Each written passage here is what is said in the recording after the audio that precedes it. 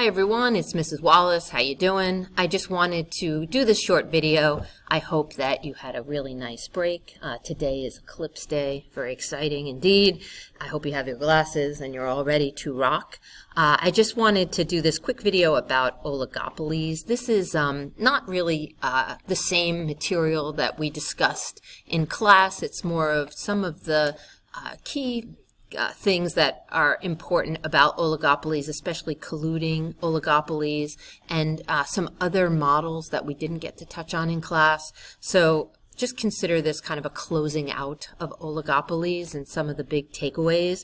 Remember that oligopoly is the market which is made up of a few dominant firms. By dominant, we mean firms that control the market share. So even if you had like 10 firms in an industry and 2 or 3 of those firms were very dominant, say like cell phone companies or something like that, we would call that an oligopoly. If you have 2 firms in an oligopoly, that's a duopoly.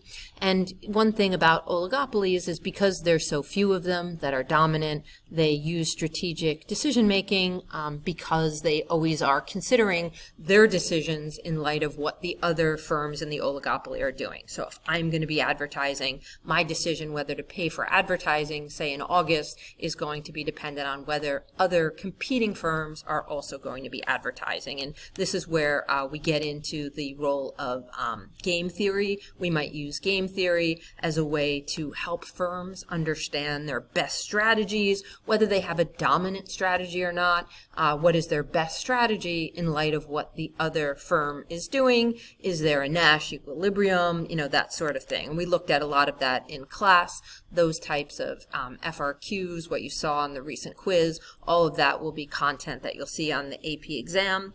We also know that oligopolies have this tendency to want to collude. They can, in some cases, be better off when they collude. What that means is they're going to cooperate and act together essentially as a monopoly would. They might graph like a monopoly. They would be able to increase their price to the demand curve like a monopoly. They might have a lower quantity like a monopoly. And they might, if they collude, they basically price fix and decide to do something illegal, because it's illegal to collude like that in the United States. But if they did something like that, they would be in a position to gain profit and then split it, based on like if there's 4 firms in the oligopoly and each firm gets 25% or something like that.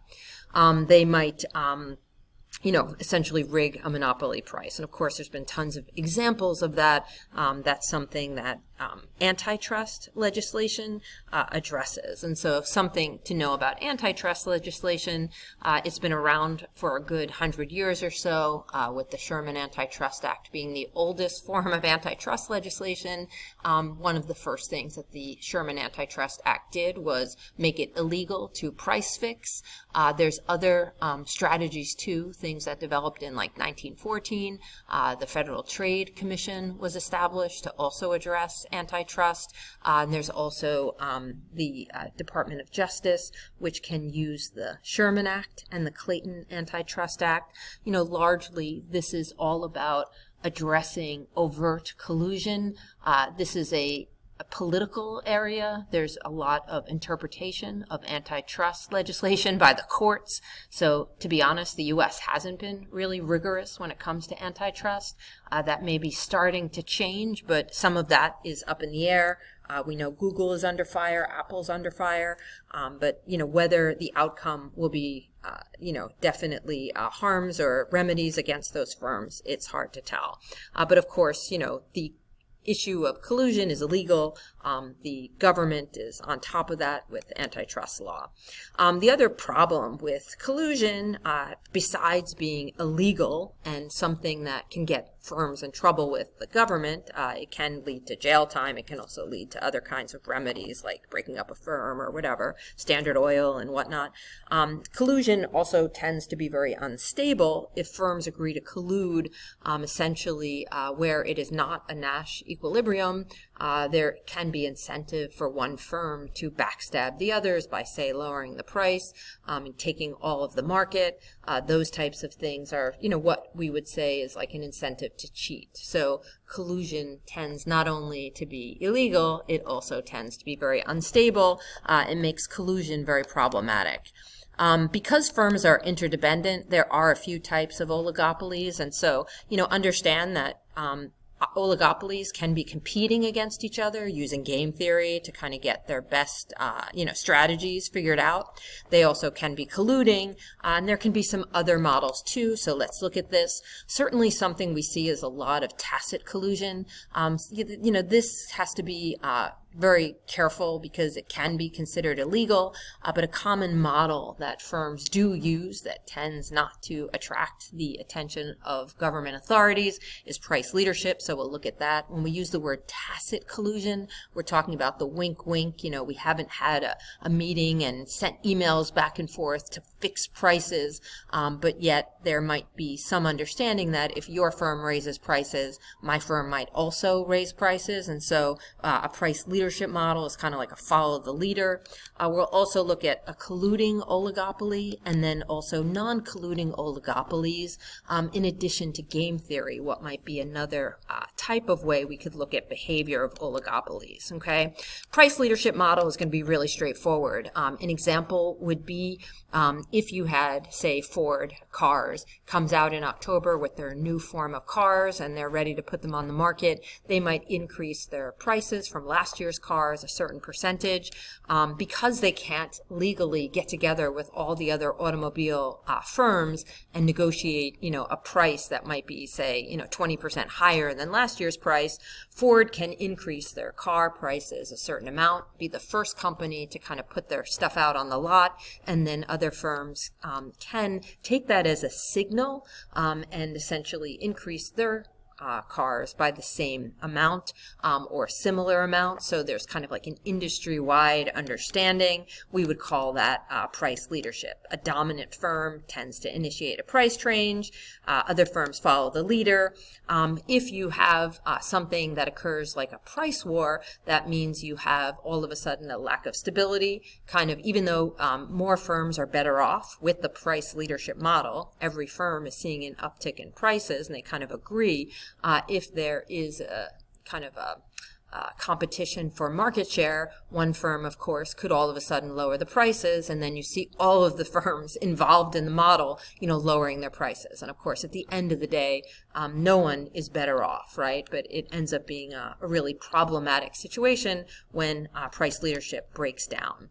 You also have a colluding oligopoly, and I offer a video in addition to this one that shows you a particular problem, how you might see colluding oligopoly in kind of, a numerical, form. What might this look like?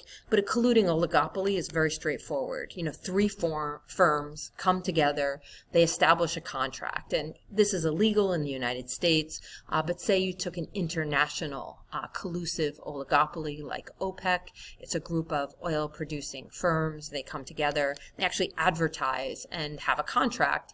The contract helps to keep everybody kind of committed to what they said they would do as far as a price. And this cartel, of OPEC is something that gets, established in meetings. Oil producing countries that are members of OPEC have meetings, and they establish what a barrel of oil will cost. They set the price. They figure out, which countries are going to produce which quantities of oil, and they follow that commitment. In order to have a cartel, you do need to have some sort of similar demand and costs. Barrels of oil are one way to do that because there's an international market for that product, which is not really differentiated. And you also need a way to punish cheaters because oligopolies in collusive agreements are likely to cheat.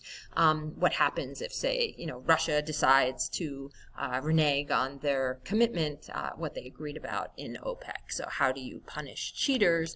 And together they would act as a monopoly. So essentially they take all of their oil production, put it together, and it graphs just like this. This is firms in a colluding oligopoly. The price is set at the monopoly price, and every single producer of oil in OPEC would be selling their barrels of oil at the given OPEC price, but they might also negotiate which percentage of the market each country will get. So, they have different ways of dividing up the market, okay? The last model is not on the AP exam, at least it never has been, but let's just kind of address it. It's kind of an interesting model. We'll call it the kinked demand model, and it exists with non-colluding oligopolies. In addition to game theory, there are lots and lots and lots of models for how oligopolies that are competing might behave. Okay, so just note that we're scratching the surface with this model, and there are many others, but let's look at this one. It's just kind of a concept in a sense. Imagine that you have 4 gas stations, and I borrowed this example from a video I saw years ago by a college professor who goes by the name of Wyvern on YouTube, so I want to credit this example. It's a great example. 4 gas stations that are on a corner, and it's an oligopoly in a local sense. Like, these are 4 firms that are competing, and for cars that are pulling up in this particular intersection, each of these firms is part of an oligopoly. And let's just make an assumption there's not other gas stations around for like miles and miles, right? So we kind of get the nature of what this is about. How do these firms ultimately, gather together? And let's assume they're not creating a cartel, they're not doing anything illegal. And let's also make an assumption that the top left gas station is Justin's gas station. Okay, so Justin wakes up in the morning and thinks, okay, how can I increase my profit? I've got these 3 other competitors. How can I increase my profit? One way that we could look at Justin's decision making is, how to figure out what you can do. One thing that firms could do, and again, they're not colluding, they could, if Justin says, listen, I'm going to cut my price. So that's one option that Justin could make. I'm going to cut my price, because if I cut my price, I'm going to get the entire line of cars to come over by me, and the other firms, are out of luck. Of course, Justin would be right for about 2 hours of time, enough time for the other firms to kind of catch on to what he's doing, and they would also just simply lower their prices. One way that this could go is if Justin lowers his price, all the other firms also lower their price. And the bottom line with this option is it's not really good for anyone. It doesn't end up being good for Justin after 2 hours of time, and it doesn't end up being good for the other firms either. They're unlikely to do this, because every time this plays out, they're going to end up just lowering their prices. This will create inelastic demand. Okay, so you lower the price, and everybody ends up lowering their price. So very few customers are going to be rolling over to Justin after that 2-hour time frame, or whatever it is, however long it takes these firms to also lower their price. So, realistically, it doesn't accomplish what Justin would hope to accomplish, which is an increase in quantity demanded. The other possibility is to ignore if Justin raises the price. So say he says, forget it, I lowered the price yesterday, everybody lowered their price. Today I'm going to raise the price, because now I'm going to get more revenue than everybody else today, because I'm going to raise the price. The other firms will do nothing. When they do nothing, Justin's the only one with the high price, and nobody goes to him, right? So we end up with very elastic demand if Justin raises the price, okay? And what we end up with in a graph is, say the going rate was $4, okay? So let's assume that Justin wakes up in the morning and the price is $4. So here's the $4. If Justin decides to raise the price above $4, let's say, it's $5 or something like that, what happens is you have very, very, very elastic demand if Justin raises the price, because nobody else is going to raise their price. And so instead of selling, 50 gallons worth of gas, Justin is going to be, at a quantity that's going to be, let's call it X, much, much, much smaller. Okay. So nobody else is going to raise their price. If Justin lowers his price, say to $3, right, something down here, everybody else is going to do the same thing, and you're going to have inelastic demand, and instead of 50, you're going to end up with a very small, gain of gas. So what tends to happen in a situation like this, the price tends to stay at $4. It's kind of like a damned if you do, damned if you don't. Justin isn't better off if he raises his price, because nobody else will, and he'll lose all of his quantity. He'll also lose out if he lowers the price, because everybody will lower their price and everyone will be worse off. And what this model shows us is that the price for oligopolies in this type of arrangement tends to be very sticky. You really don't see a lot of shifts in prices in really big ways, because everybody's affected by those changes in price, and it tends not to be in anyone's interest if the price changes. This is really a model with two demand curves. One if the price is above 4, so here's the demand curve. One if the price is below 4, woo, right? So you end up with this kind of like two demand curves that intersect with this kink in the middle. Each of these demand curves would have MR curves, and there's a whole bunch of things that kind of relate to that, and you could take this model further, but I thought I would just introduce it to you, and I can, kind of answer questions in class if you have them, but that's the basic idea. I hope that you have a good day and enjoy the eclipse. The other thing that I'll just note, on page 706, okay, so let's kind of note page 706. On page 706 of your textbook, you have a like a series of multiple choice questions that are about the monopoly. Sorry, I'm like looking for my cursor as I'm doing this. You can look on page 706. There's a series of questions, multiple choice questions, 1 through 32. I think it's I'm sorry, wait, let me just double check if that is the right, I'm sorry, it's not 706, it's page 708. You'll see the video for Adventures in AP Economics, a little bit about monopoly, a little bit about game theory. So if you missed any of that or you have confusion about that, this is probably the section of the AP exam that is like the largest. So in terms of like where most of the content questions come from. The review section is on page 708, and the questions are on page 710. I highly recommend that you do questions 1 through 32. You can submit them here, and I will review them for you and give you some feedback on them. But I would recommend that you do questions 1 through 32. Again, that's pages 710 all the way to pages 713.